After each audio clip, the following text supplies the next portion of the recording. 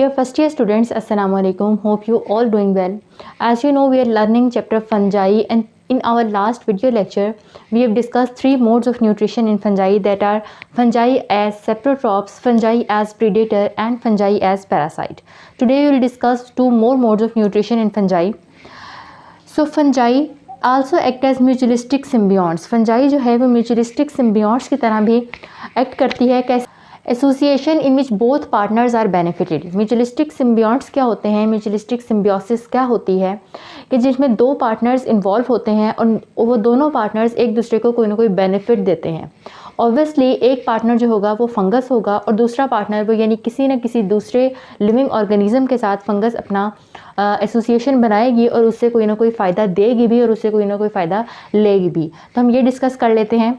सो इसकी पहली जो टाइप है जो कि हम डिस्कस करेंगे दैट इज़ लाइकन्स. लाइकन्स इसकी पहली टाइप है. लाइकन्स में क्या होता है, lichens is symbiotic association between fungus and algae. Fungi और एल्जी के दरमियान जो सिम्बियोटिक एसोसिएशन है दैट इज़ कॉल्ड लाइकन्स. अगर फंजाई और एल्जी मिल के कोई एसोसिएशन बना रहे हैं that structure is called lichen, तो उसको हम कहेंगे लाइकन. अब इसमें फंगस और एल्जी ये दो पार्टनर्स इन्वॉल्व हैं. अब ये क्या क्या वर्किंग करते हैं ये डिस्कस कर लेते हैं.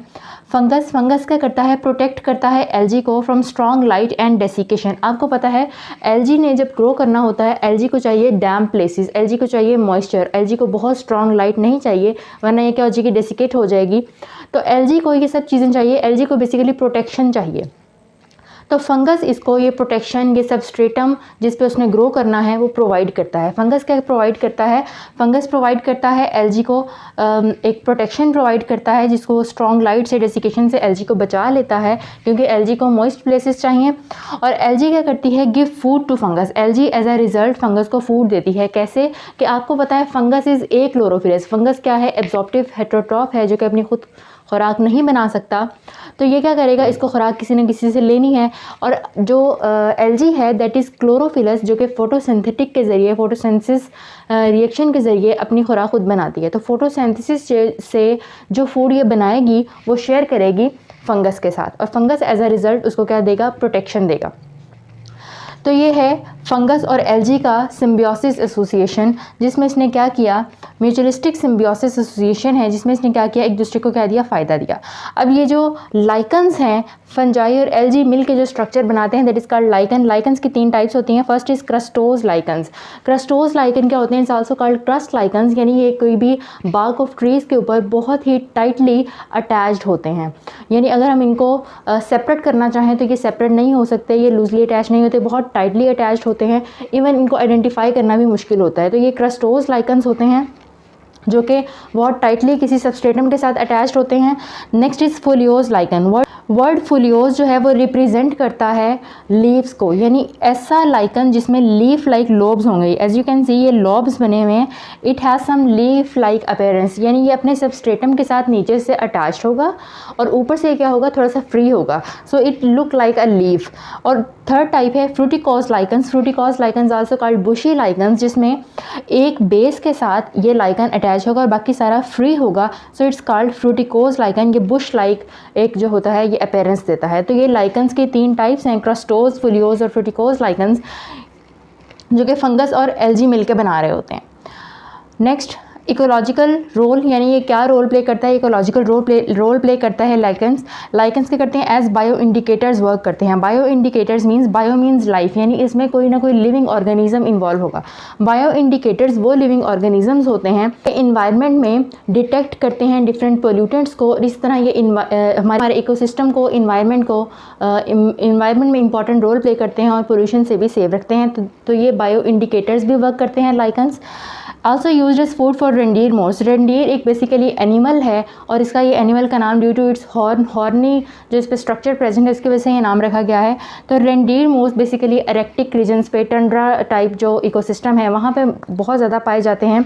तो वहाँ पे जो रेंडीर्स हैं उनकी 80% जो फूड नेसेसिटीज़ हैं वो पूरी होती हैं. Fruticose lichen also called reindeer moss भी कहते हैं, उससे ये पूरी होती है. वहाँ पे ये बुश लाइक अपीयरेंस के जो लाइकन्स हैं ये बहुत ज़्यादा वहाँ पे पाए जाते हैं. तो वहाँ पे ये एनिमल्स इन्हीं को खा के अपनी फूड पूरी करते हैं. तो इन्हीं एनिमल्स की वजह से इसको रेंडीर मॉस भी कहा जाता है.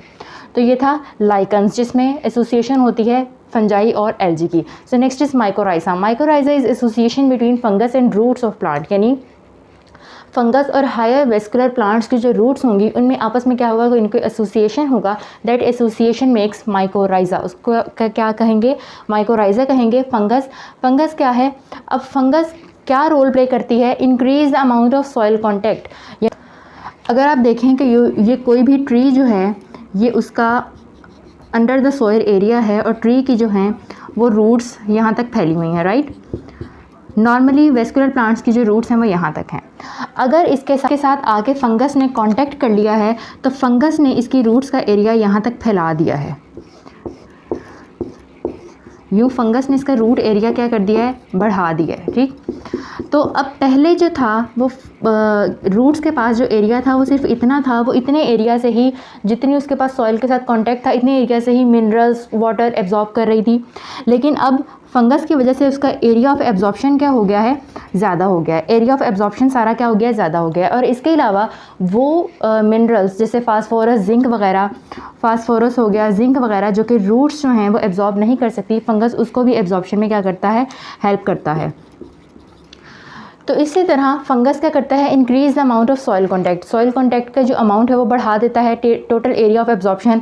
अब जब रूट्स के पास ज़्यादा एरिया है एब्जॉर्प्शन का तो ऑब्वियसली जो रूट की ग्रोथ होगी, जो किसी भी प्लांट की ग्रोथ होगी, ट्री की ग्रोथ होगी, वो भी क्या होगी, वो बहुत बेटर ग्रोथ होगी एज़ कम्पेयर टू सिर्फ रूट के साथ जो हो रही थी। और एज रिज़ल्ट प्लांट इसको क्या प्रोवाइड करता है, प्लांट इसको कार्बन प्रोवाइड करता है, यानी फूड प्रोवाइड करता है। सो ये फंगस और प्लांट की रूट्स का कॉन्टैक्ट आल्सो कॉल्ड माइकोराइजा। अब इसकी दो टाइप्स होती हैं माइकोराइजा की, ectomycorrhiza and endomycorrhiza. As you know the word ecto stands for outside, यानी ये मैंने बनाए हैं ब्लैक कलर में, जो आपको ये स्क्वायर शेप्स दिख रहे हैं, कि मैंने लिविंग सेल्स बनाए हैं। मैंने किसी भी ये रूट के इतने पार्ट को मैंने क्या कर लिया है, जूम कर लिया है, राइट। तो मैंने ये रूट के पार्ट को जूम कर लिया है। ये इसका जो डार्कर ब्लैक एरिया है that is epidermis of root, ये जो आउटग्रोथ्स निकली हुई हैं दैट इज़ रूट हेयर। और ये रूट के बाकी सेल्स हैं, रूट सेल्स, कॉर्टेक्स वगैरह, एपिडर्मिस, एंडोडर्मिस वगैरह, ये सारे इसके रूट्स के सेल हैं। अब मैंने आपको कहा कि फंगस क्या करेगी, रूट्स के साथ कॉन्टैक्ट करेगी। तो वो कॉन्टैक्ट किन दो तरीक़ों से करती है, एक्टोमाइकोराइजा और एंडोमाइकोराइजा। ये क्या करती है, दो तरह की एसोसिएशन बनाती है। एक होती है एक्टोमाइकोराइजल एसोसिएशन, इन विच ये रेड कलर में हाइफी है, फंगस की हाइफी, जो कि ग्रो करेगी लेकिन सेल की साइडों पर रहेगी, सेल के अंदर पेनिट्रेट नहीं करेगी बल्कि सेल के बाहर उसको रैप अप कर लेगी, इसके बाहर ग्रोथ कर लेगी पूरी। This type of hyphae is called एक्टोमाइकोराइजा। ऐसी अगर एसोसिएशन बनाई है, उसने सेल के अंदर पेनिट्रेट नहीं किया है बल्कि जो सेल की जो सारी स्पेसेस हैं बाहर की उसको कवर किया है, तो इस टाइप का अगर एसोसिएशन है that is called ectomycorrhizal association, ectomycorrhiza कहेंगे उसे। और नेक्स्ट हाफ में अगर आप देखें कि हाइफी रेड कलर में सेल्स के अंदर पेनिट्रेट कर गई है और उसने ये फिंगर लाइक स्ट्रक्चर्स भी बना लिए हैं और यहाँ से इसका सारा सेल्स का जो फूड है वो एब्जॉर्ब कर लेगी।